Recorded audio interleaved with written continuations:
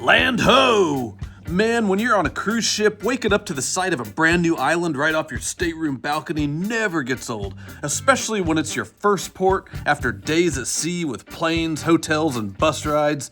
It's like at last the real adventure finally begins. And we are super stoked to share this adventure with you because I'm just gonna say it, this turned out to be our new favorite Caribbean island. It's the island of Curacao, right next door to Aruba and Bonaire, and we're gonna be hitting those islands as well, right after we show you how to knock a day in Curacao straight out of the ballpark. I kid you not, if you follow this template to the letter, you are gonna be a hero to your travel companions because we nailed it. Perfection. Best day ever on the best island ever.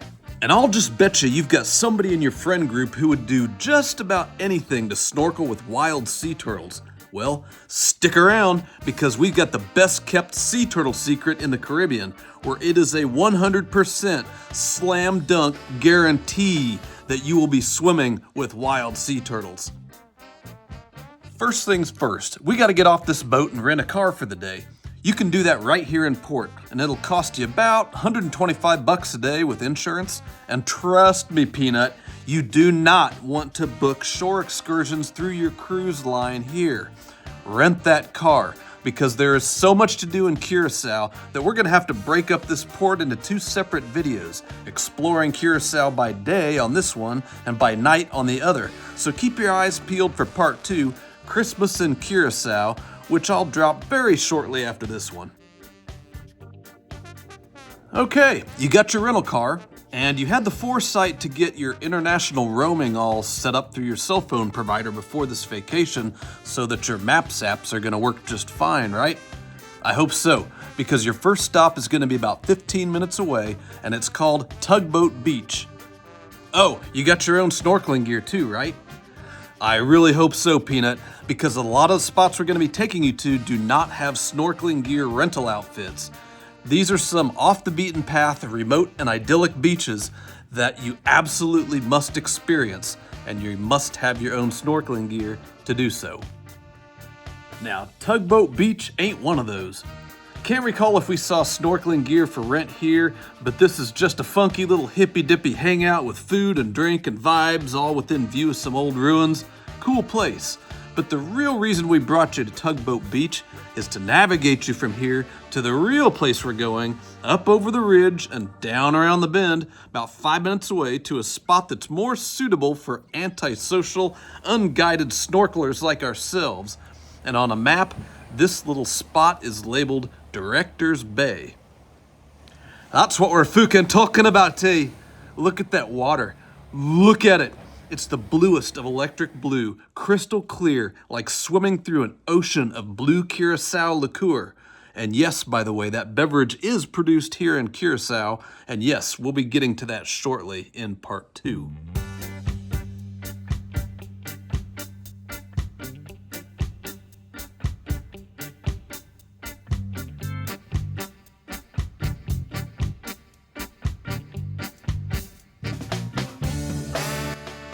Check out this shot. Now, how does a guy go from filming a bird up on a cliff, down the side of the cliff, and down into the ocean to film fish without ropes or any climbing gear? You may never care to know how I did it, but somebody might. So once we get to the Cozumel video, at the end of this video series, I'm gonna walk you through exactly how I got all of the badass underwater footage throughout this entire series, so you can do it too. It is not difficult, and it costs less than $100 for everything you need. So stay tuned, and poke that subscribe button if you haven't already. Director's Bay was the perfect spot for our first unguided snorkeling adventure. It checked all the boxes and avoided the crowds. Whether you decide to dive here or at Tugboat Beach or both, once you start feeling like, you could maybe eat a little something, get yourself dried off and hop in the car, because we're driving across the island to our top secret sea turtle beach. But first, we're gonna stop for the wildest lunch you could ever imagine in the Caribbean. So set your course for Jaanchies. It's about 45 minutes away, and right down the block from the best kept sea turtle secret in the Caribbean. Jaanchies is a hidden gem in every sense.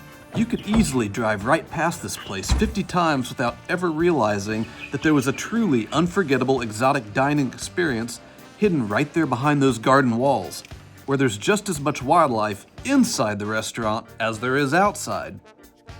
Around a dozen feeding stations for wild birds are positioned cleverly all around the dining area, so you're getting a free show throughout the meal. And credits to the cast members are painted right there on the walls. But all of that was just a bonus for me. There was a very different reason why I dragged my diving buddies with me to this particular place. And that reason was a specific item on the menu.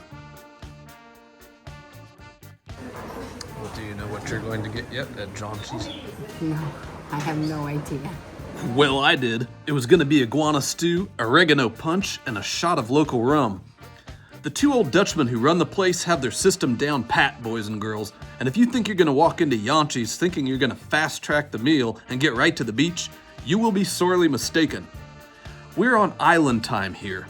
They're going to tell you their stories, work in all their jokes, and sit down with you at your table, where they're going to warn the ladies that iguana is a powerful aphrodisiac for men. The victim of that iguana. Never in my life, at the table, iguana and goat on one same plate, here at the Jaanchies.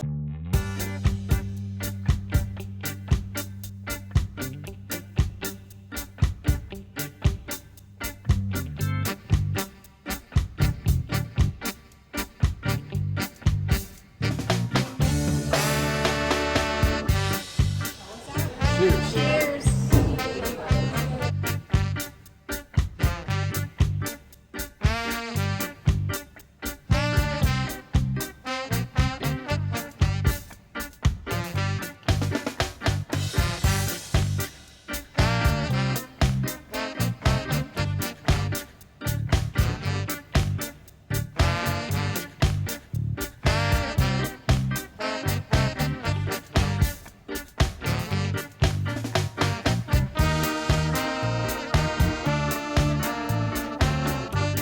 Here we are, Playa Piscado. Might not look like much, but this table full of freshly caught fish is exactly what guarantees a 100% success rate of swimming with sea turtles off this beach, which has two names, Playa Piscado and or Playa Grande.